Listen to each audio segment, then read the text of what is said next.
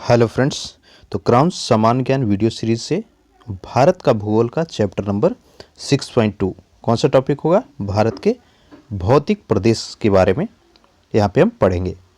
Video को like कर लीजिएगा, चैनल पे नए हैं तो प्लीज़ सब्सक्राइब जरूर कीजिएगा। तो चलिए देखते हैं। देखिए, भारत की भौगोलिक आकृति को निम्न भागों में विभाजित किया जा सकता है, टोटल 5 भाग में।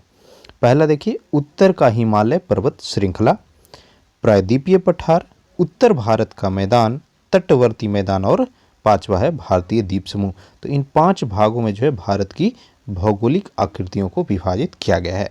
अब एक एक करके हम पढ़ेंगे सबके बारे में। पहला देखिए, उत्तर का हिमालय पर्वत श्रृंखला के बारे में देखिए। तो हिमालय का विस्तार भारत की उत्तर में उत्तर पश्चिम सिंधु से दक्षिण पूर्व ब्रह्मपुत्र तक जो है फैला हुआ है। पूर्व से पश्चिम दिशा में इसकी लंबाई 2400 किलोमीटर है और इसकी चौड़ाई जो है कश्मीर में 400 किलोमीटर और अरुणाचल प्रदेश में 150 किलोमीटर है। ठीक है, लंबाई कितना? 2400 किलोमीटर, चौड़ाई 400 और अरुणाचल में आपका 150 किलोमीटर। हिमालय भूगर्भीय रूप से युवा एवं बनावट की दृष्टिकोण से वलित पर्वत श्रृंखला। देखिए, काफ़ी बार पूछेगा कि निम्न में से कौन वलित पर्वत है। अलग अलग ऑप्शन रहेगा, उसमें अगर हिमालय भी है तो आंसर आपका हिमालय है। तो हिमालय पर्वत श्रृंखला कैसी पर्वत है? वलित पर्वत श्रृंखला है। नेक्स्ट पॉइंट देखिए, इसका ढाल यानी हिमालय का ढाल तिब्बत की ओर अवतल यानी कॉनकेव तथा भारत की ओर उत्तल है। हिमालय पर्वत की उत्पत्ति टेथिस भूसन्नति के मलबों के लगातार जमाव, घनसाव तथा वलयन क्रिया यानी फोल्डिंग से हुआ है। एक एक पॉइंट को ध्यान से देखते चलिएगा, कहीं से भी प्रश्न जो है आपका एग्जामिनर पूछ सकता है, तो ध्यान से देखते चलिए। अगला पॉइंट देखिए, प्लेट विवर्तनिकी सिद्धांत के अनुसार इंडियन एवं यूरेशियन प्लेटों के टकराव से हिमालय का निर्माण हुआ। ठीक है, तो हिमालय का निर्माण कैसे हुआ है? इंडियन और यूरेशियन प्लेटों के टकराव से। किस थ्योरी के अनुसार? प्लेट टेक्टोनिक थ्योरी के अनुसार। देखिए, इंडियन प्लेट प्रति वर्ष जो है कितना, इसको आप याद रखिएगा डाटा को। तो इंडियन प्लेट प्रति वर्ष 5 सेंटीमीटर की दर से यूरेशियन प्लेट से टकरा रही है, जिसके कारण इस पर्वत की ऊंचाई जो है प्रति वर्ष 5 सेंटीमीटर की दर से बढ़ रहा है। हिमालय का जो हाइट है धीरे धीरे प्रति वर्ष बढ़ते ही जा रहा है। इस श्रृंखला को 4 प्रमुख समानांतर पर्वत श्रेणियों में विभक्त किया गया है। तो हिमालय पर्वत श्रृंखला को कितने भागों में बांटा गया? 4 प्रमुख समानांतर पर्वत श्रेणी में। कौन कौन है देखिए ध्यान से, यहाँ से भी काफ़ी बार प्रश्न पूछे जाएंगे आपको। तो पहला कैटेगरी है ट्रांस हिमालय, दूसरा मध्य या लघु हिमालय, तीसरा है बृहद हिमालय, उसी को हिमाद्री भी कहा जाता है, और चौथा शिवालिक, बाह्य या फिर उप हिमालय। एक एक करके देखिए ट्रांस हिमालय क्या है, सबसे पहले देखते हैं। तो ट्रांस हिमालय महान हिमालय के उत्तर में तिब्बत में स्थित है। ट्रांस हिमालय में दक्षिण से उत्तर में क्रमशः कैलाश, जास्कर, लद्दाख एवं काराकोरम श्रेणियां पाई जाती है। इस पॉइंट को याद रखिएगा, काफ़ी बार क्रम में सजाने के लिए परीक्षा में पूछे जाएंगे। यहाँ पे डायरेक्शन आपको याद रखना है, दक्षिण से उत्तर की ओर क्या है? सबसे पहले कैलाश, फिर जास्कर, फिर लद्दाख और फिर काराकोरम श्रेणी है।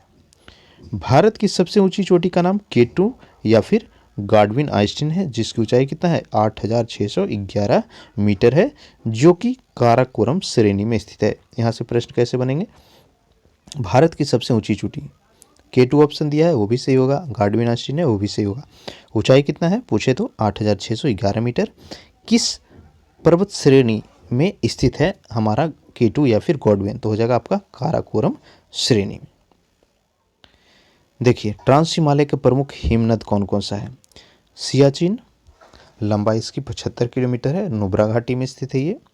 हिस्पारा, हुजा घाटी में स्थित है। बटूरा, ये भी हुजा में। वियाफू सिगार में स्थित है और बाल्टोरा भी सियार में स्थित है, सिगार में ही स्थित है आपका।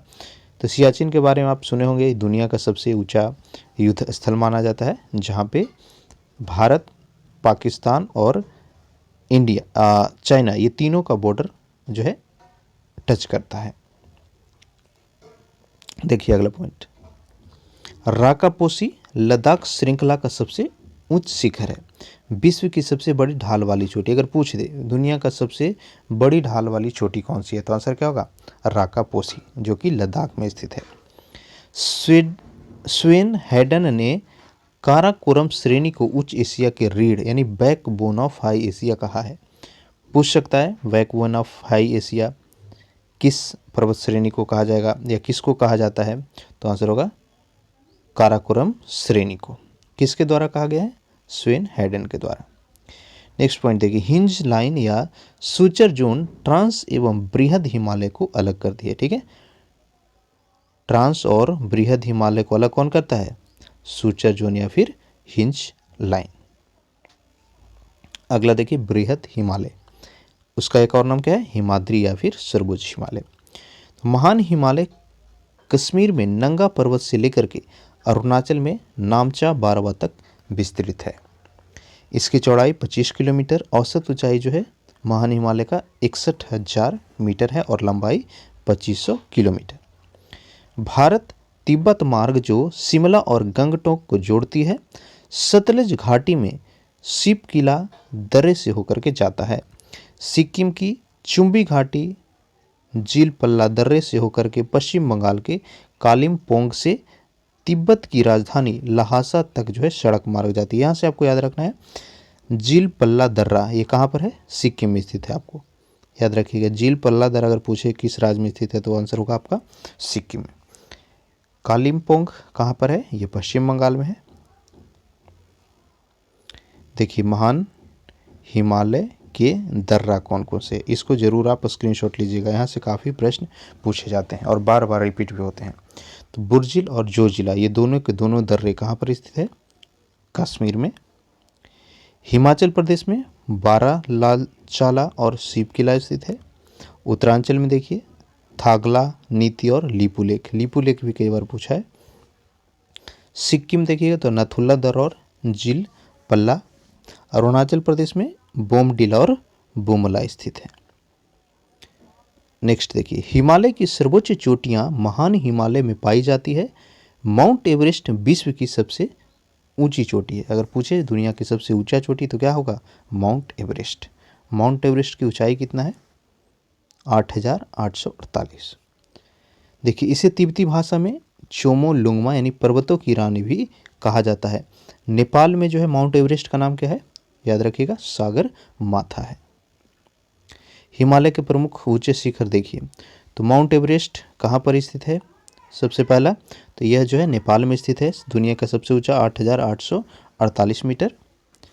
कंचनजंगा जो कि भारत का सर्वोच्च चोटी है, कहाँ पर स्थित है, भारत में 8,598 मीटर। फिर मकालू, धौलागिरी ये दोनों के दोनों आपका नेपाल में स्थित है।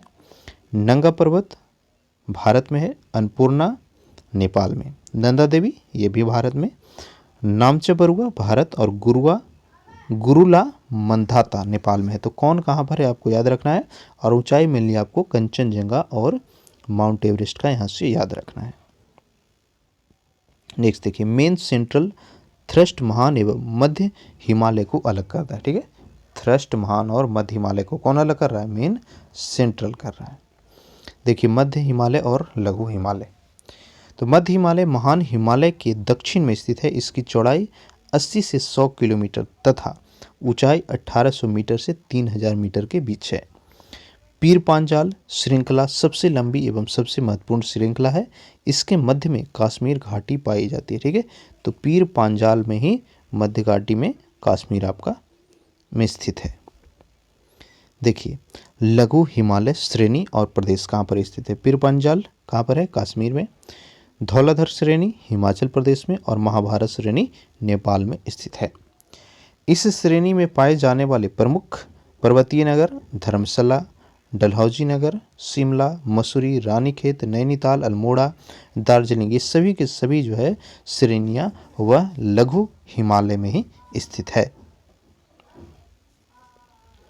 मध्य हिमालय में पीर पांजाल एवं बनिहाल दो प्रमुख दर्रा है। पूछे पीर पांजाल या बनिहाल किस हिमालय के क्षेत्र में पाया जाता है तो आंसर क्या होगा, मध्य हिमालय में। बनिहाल दर्रे से होकर के जम्मू श्रीनगर मार्ग गुजरता है।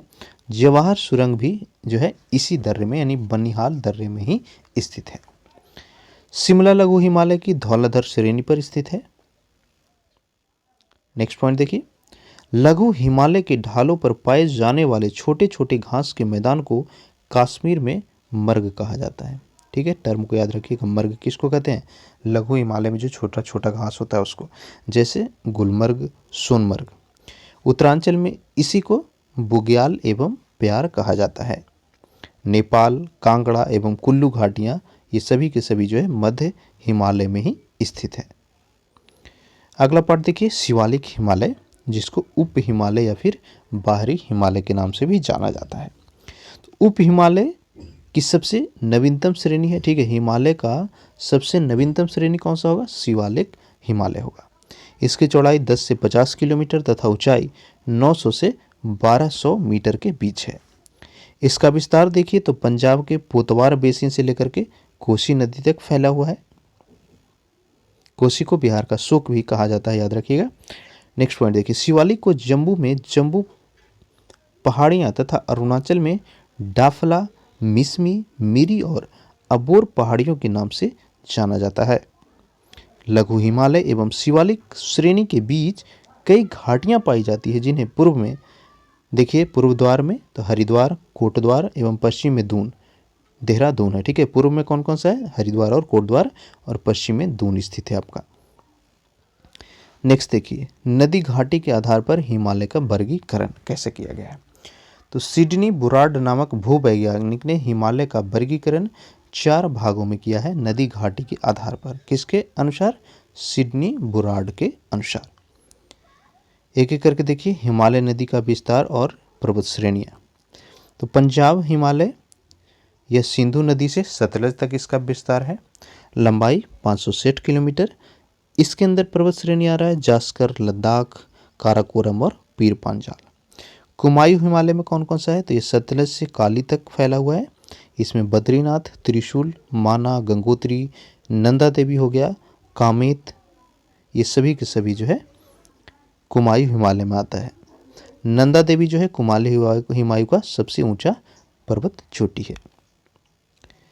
नेक्स्ट देखिए, नेपाल हिमालय, तो यह जो है काली से लेकर के तीस्ता तक फैला हुआ है। इसके अंतर्गत अन्नपूर्णा वन, धौलागिरी, गोसाईनाथ, कंचनजंगा, मकालू एवं एवरेस्ट पर्वत श्रेणियाँ स्थित है। असोम हिमालय में देखिए तो यह तीस्ता से दिहांग तक फैला हुआ है। इसके अंतर्गत कौन कौन आ रहा है? कूला कागड़ी, जांग, संगाला, चुमलहारी और नामचा बरुआ। नेक्स्ट देखिए टाइप, प्रायद्वीपीय पठार। ठीक है, क्षेत्रफल का, भारतीय क्षेत्रफल का अगला टाइप है पठार। हिमालय क्षेत्र को हमने पढ़ लिया। देखिए, तो प्रायद्वीपीय पठार जो है गोंडवाना लैंड का ही एक भाग है। इसकी आकृति त्रिभुजाकार है। यह राजस्थान से कुमारी अंतरिम तक 1700 किलोमीटर तथा गुजरात से पश्चिम बंगाल तक 1400 किलोमीटर तक 16 लाख वर्ग किलोमीटर के क्षेत्रफल पर फैला हुआ है। नर्मदा नदी का वृंसन इस पठार को 2 असमान भाग में बांटती है। एक एक करके देखिए, प्रायद्वीपीय पठार कौन कौन से हैं। देखिए, मध्यवर्ती उच्चभूमि और दक्कन का पठार क्षेत्र में देखिए तो अरावली श्रेणी, सतपुड़ा श्रेणी,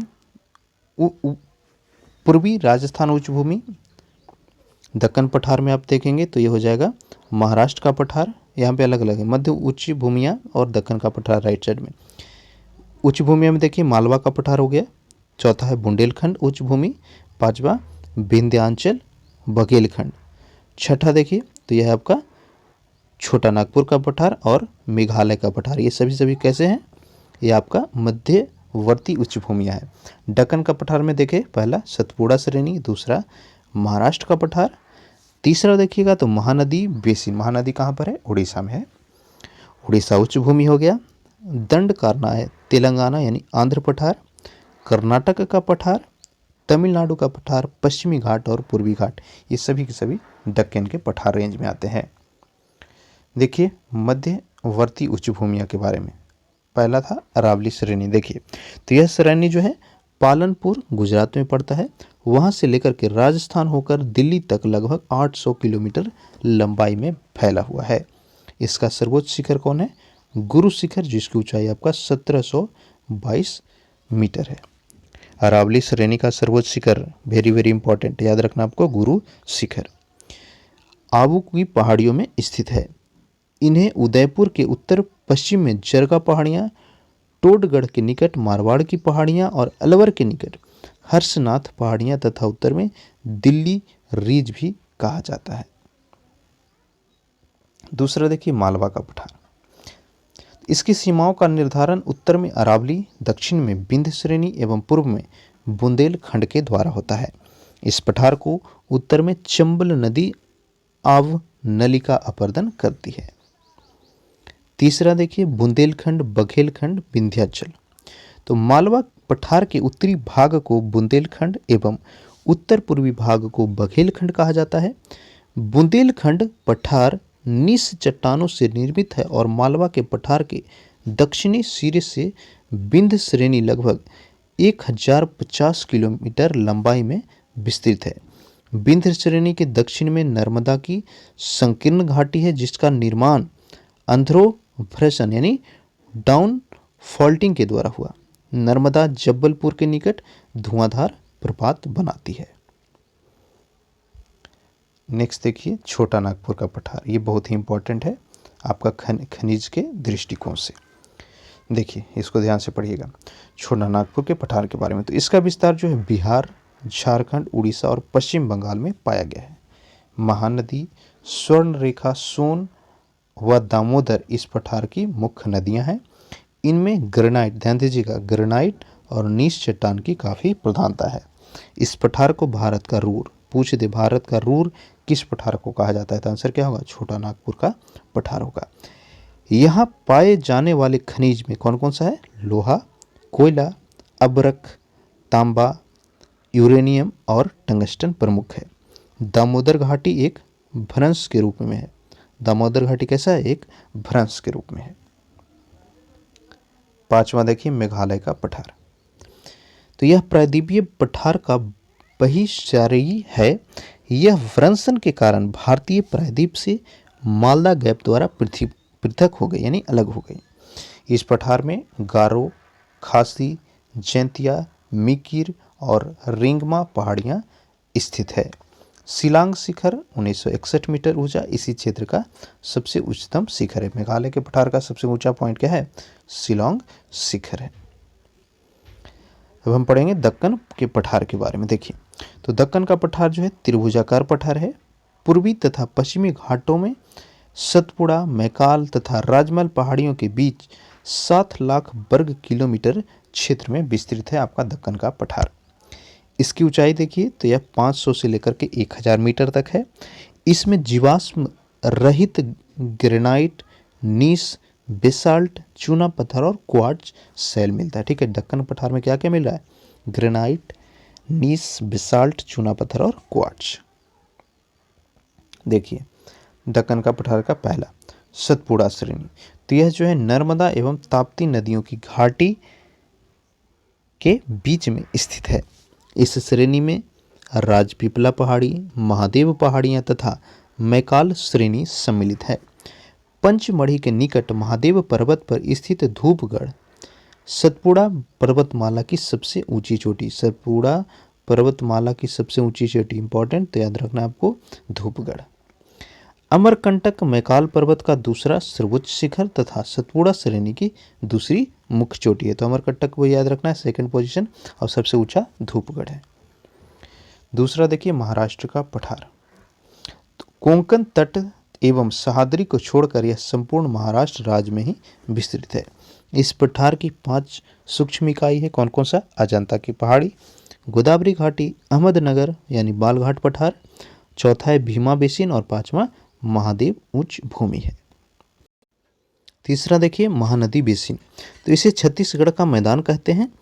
पश्चिम सिरे पर मैकाल श्रेणी तथा दक्षिणी सिरे पर राजहरा पहाड़ियां हैं, जिनकी रचना धारवाड़ शैली से हुई है।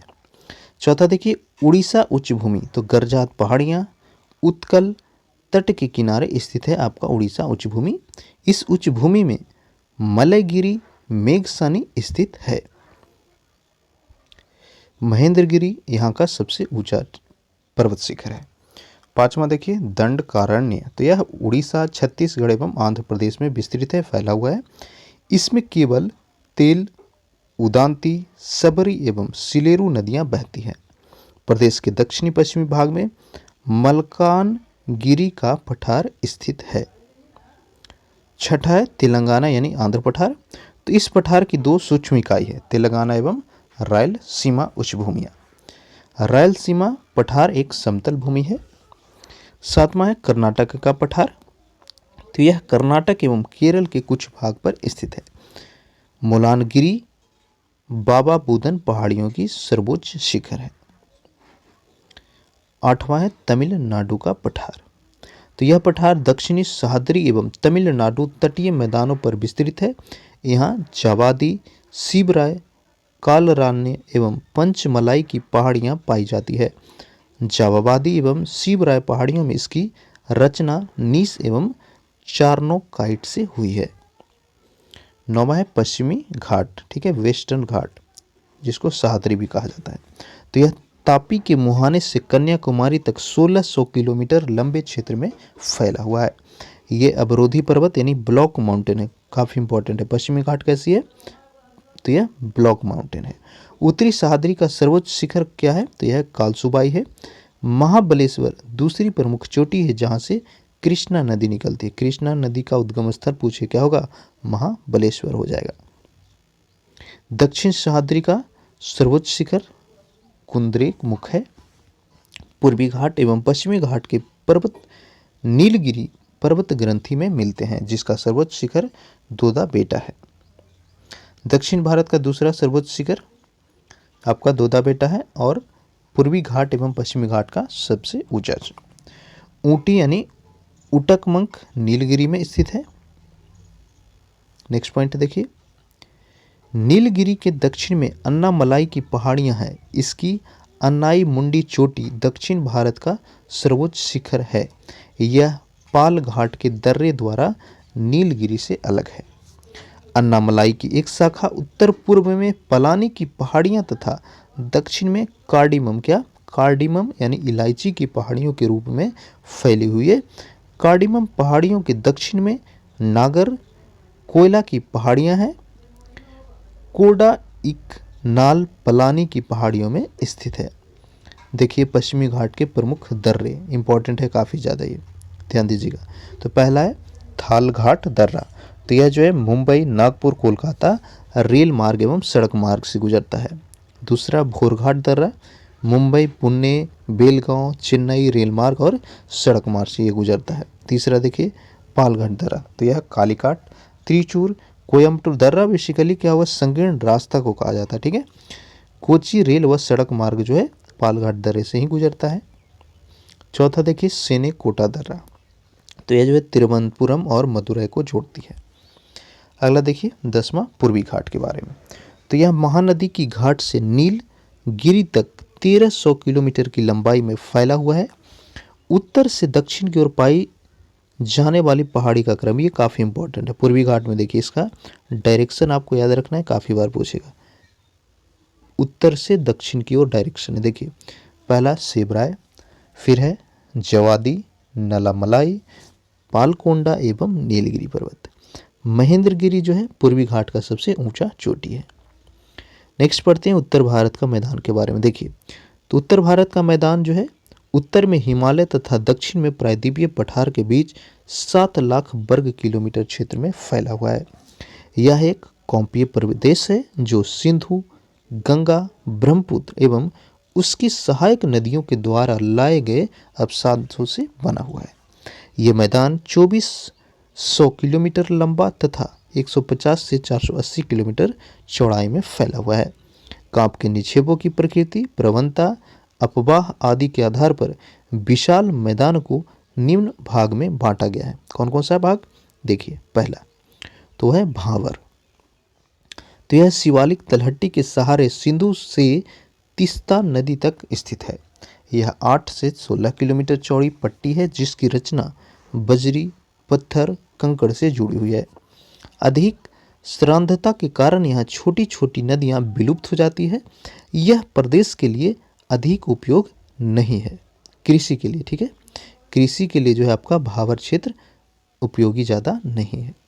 दूसरा देखिए तराई क्षेत्र, तो यह भावर के दक्षिण में 15 से 30 किलोमीटर चौड़ा दलदली पट्टी है जहां नदियां पुनः प्रकट हो जाया करती है।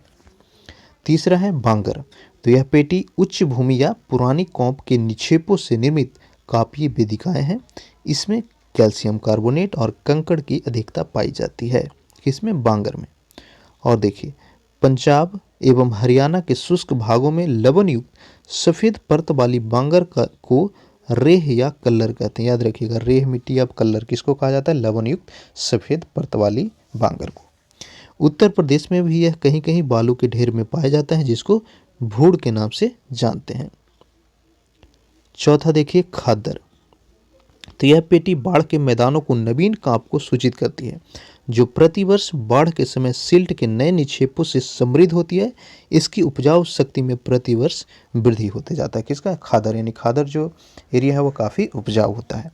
पांचवा देखिए डेल्टा, तो डेल्टाई मैदान मुख्यतः कीचड़ तथा दलदल युक्त होता है। इसमें उच्च भूमियां चार एवं दलदली भूमियां बिल कहलाती है। अगला पढ़िए तटवर्ती मैदान के बारे में। देखिए तो दक्षिण पठार से पूर्वी एवं पश्चिमी तट की ओर अर्थात पूर्वी एवं पश्चिमी घाट की ओर समुद्र के बीच तटीय मैदान विस्तृत है। पश्चिमी तटीय मैदान यह प्रायद्वीप के पश्चिम में कच्छ की खाड़ी से लेकर के कुमारी अंतर्द्वीप तक 1400 किलोमीटर लंबा में फैला है और इसकी एवरेज जो चौड़ाई है वह 10 से 25 किलोमीटर है। सबसे चौड़ा 80 किलोमीटर आपका नर्मदा और ताप्ती नदी के मुहाने पर है।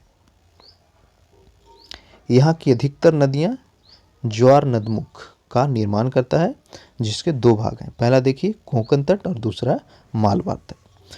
कोंकण तट गोवा से मैंगलोर तक फैला हुआ है और मालवार तट मैंगलोर से कन्याकुमारी तक। यहाँ अनेक लैगून एवं पश्च जल यानी ब्लैक वाटर मिलते हैं जिन्हें कयाल कहा जाता है, जैसे अष्टमुडी एवं बेम्बनाद झीलें, ये दोनों के दोनों जो है ब्लैक वाटर यहाँ पे मिलती है।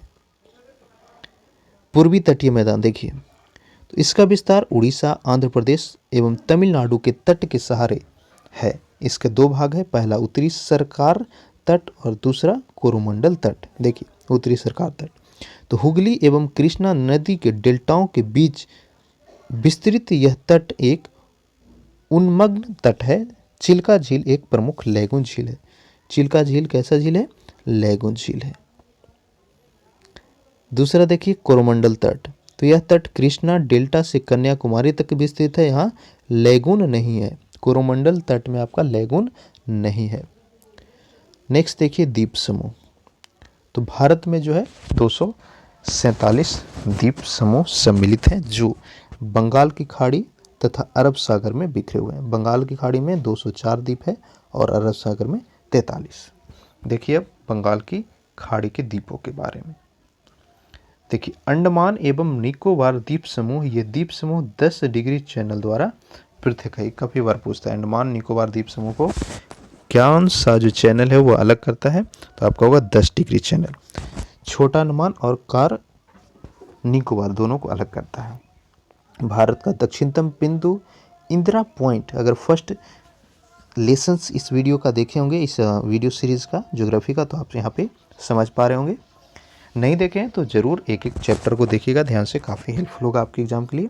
तो देखिए इंदिरा पॉइंट जिसको पिग्मेलियन पॉइंट भी कहा जाता है, यह ग्रेट निकोबार द्वीप में स्थित है। डंकन पास छोटा अंडमान व बड़ा अंडमान के बीच स्थित है। यहाँ पर नारकोंडम एक सुषुप्त एवं बैरन द्वीप एक सक्रिय ज्वालामुखी है। तो नारकोंडम कैसा है, सुषुप्त ज्वालामुखी, और बैरन सक्रिय ज्वालामुखी किस में स्थित है, ग्रेट निकोबार द्वीप में।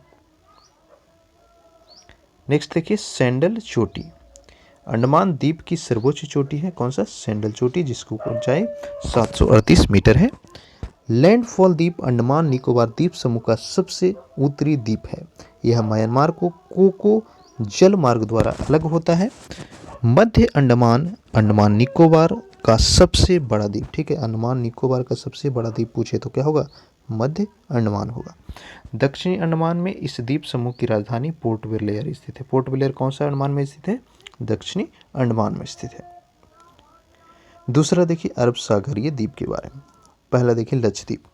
अरब सागरीय द्वीपों में लक्षद्वीप समूह में टोटल 36 द्वीप हैं जो प्रवाल द्वीप का उदाहरण है। पूछेगा, ऑप्शन दे देगा कि इनमें से कौन प्रवाल द्वीप का उदाहरण है, तो लक्षद्वीप अगर है तो वो सही होगा आपका।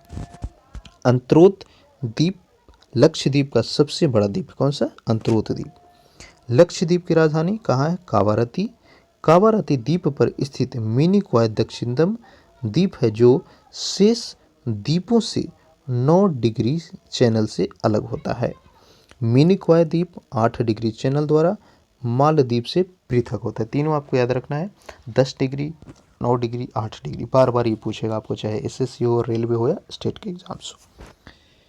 देखिए नेक्स्ट, सबसे उत्तर में स्थित द्वीप समूह अमीन द्वीपी है। यह द्वीप मत्स्य उत्पादन एवं पर्यटन के लिए विख्यात है। अगाती द्वीप पर हवाई अड्डा भी स्थित है। तीसरा है अपतटीय द्वीप। कौन सा? अपतटीय द्वीप। देखिए तो भारत में कई अपतटीय द्वीप स्थित हैं।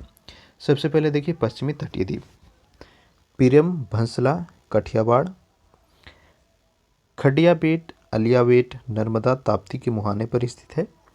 एलिफेंटा, सालसेट और बूचर ये मुंबई के निकट स्थित है। पूर्व तटीय द्वीप देखिएगा आप, तो इसमें न्यूमोर एवं गंगा सागर गंगा डेल्टा पर है। पाम्बन क्रोकोडाइल मन्नार की खाड़ी में और व्हीलर महानदी ब्राह्मणी के मुहाने पर स्थित है। तो ये जो है चैप्टर हमारा समाप्त हो जाता है। वीडियो को लाइक ज़रूर कीजिए ताकि हम और मोटिवेट होकर के आपके अच्छे से अच्छे कंटेंट प्रोवाइड कर सकें। चैनल पर नए हैं तो प्लीज़ सब्सक्राइब जरूर कीजिएगा, क्योंकि मैं देखा हूँ हमारे ऑलमोस्ट 75% जो व्यूअर हैं, स्टूडेंट्स हैं, वो अब तक सब्सक्राइब नहीं किए हैं। तो प्लीज़ सब्सक्राइब कीजिए और बेल नोटिफिकेशन को ज़रूर ऑन कीजिएगा ताकि हर एक चैप्टर का वीडियो अपलोड होते ही आपको नोटिफिकेशन मिल जाए। एक रिक्वेस्ट है, वीडियो को ज़्यादा से ज़्यादा शेयर ज़रूर कीजिएगा। Thank you.